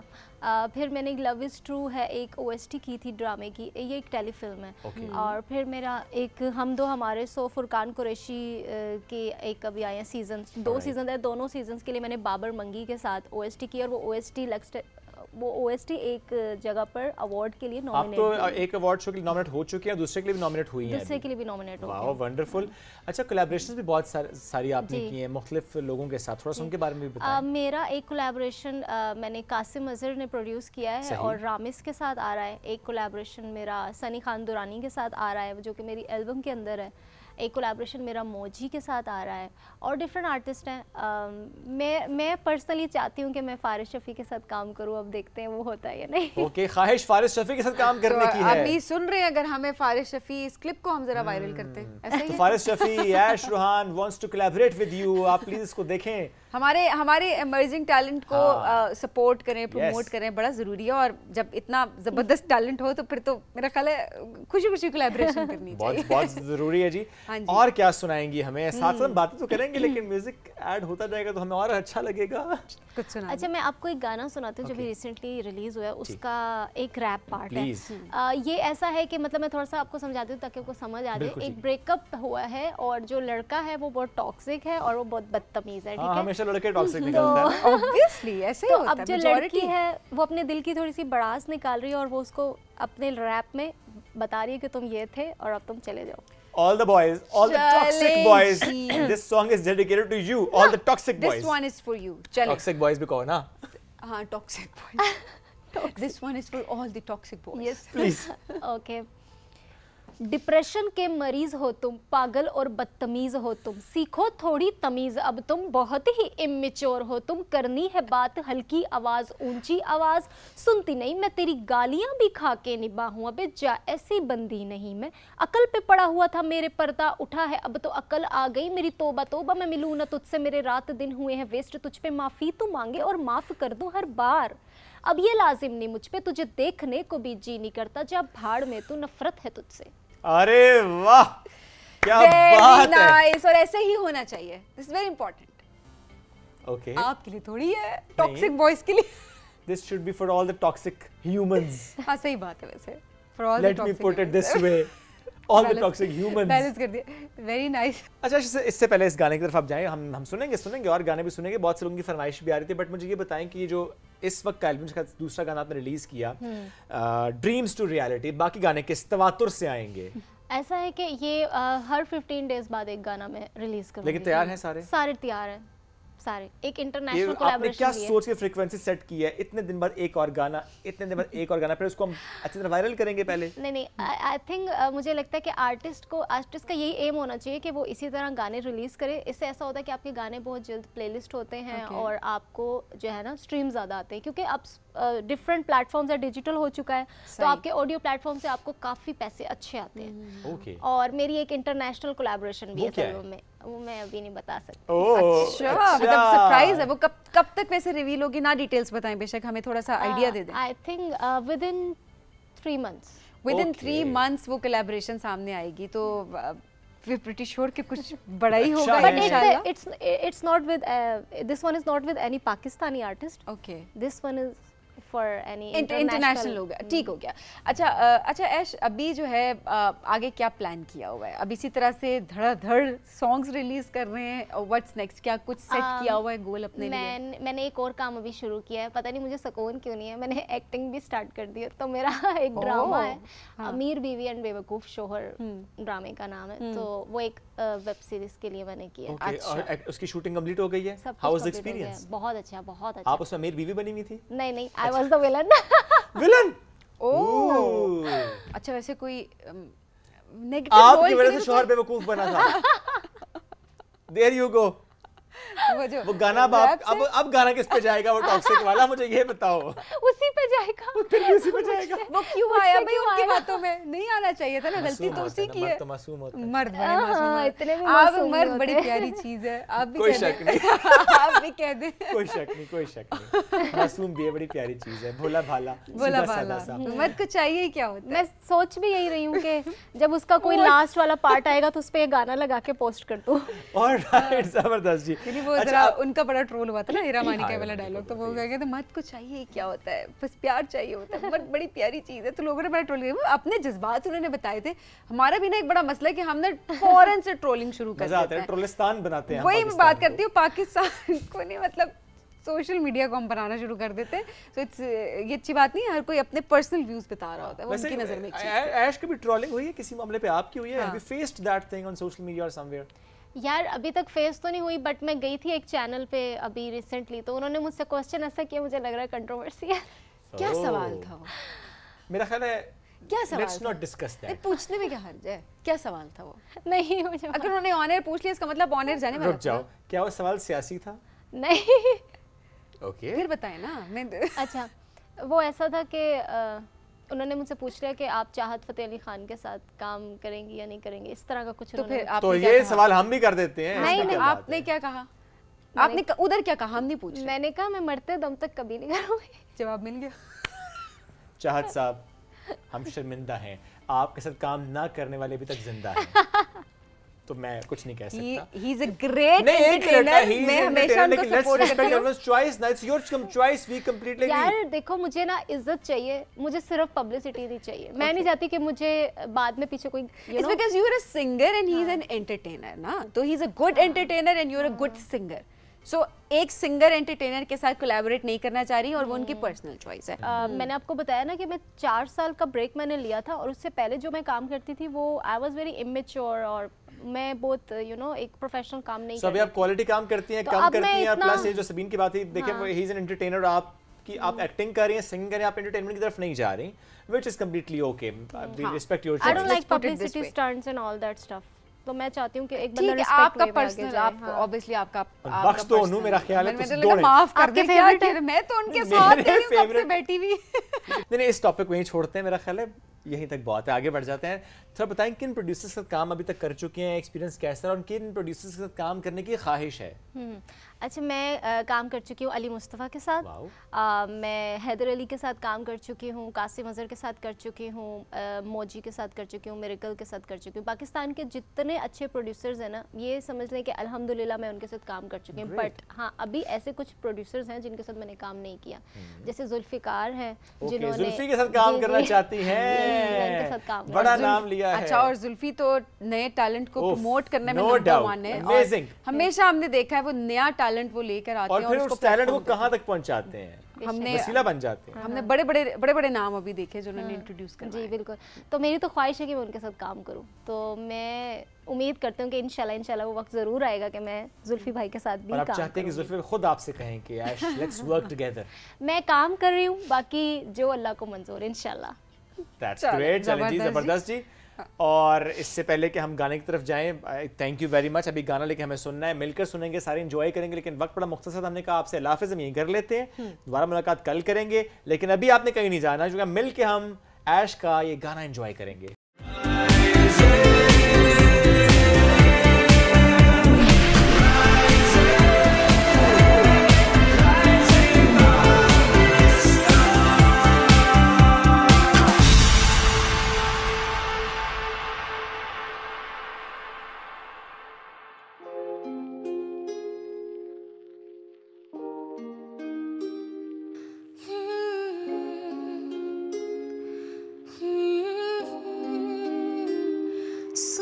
क्या तुम जो मैं सुनाने आई हूँ, दिल की कहानियाँ बताने आई हूँ, सच्चा मिला है प्यार ये जताने आई हूँ, उसी को आज गीत में गाने आई हूँ।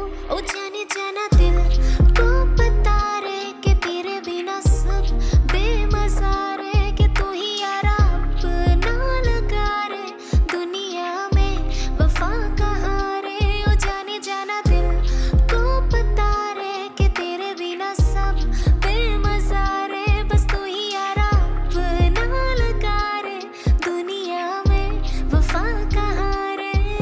तपती धूप में छाँव बना है तू, किस्मत से मुझको मिला है तू, मुझ पे जान निछावर करता है तू।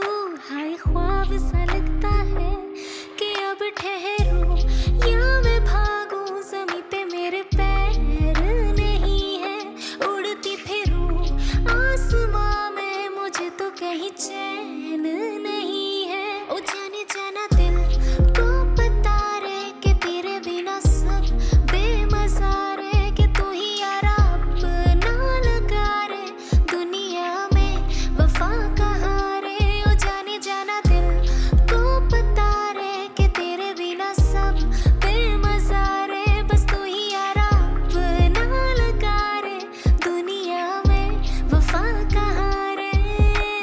चाहतों की डोरियाँ तोड़नी पड़ती है, मंजिलों की कश्तियाँ मोड़नी पड़ती होती है, सुना है कि इश्क में मिलता है दर्द बड़ा। तुझको कसम मुझे तन्हा न छोड़ी, तितली हूँ मैं तेरी, नशा है इश्क का रंग ही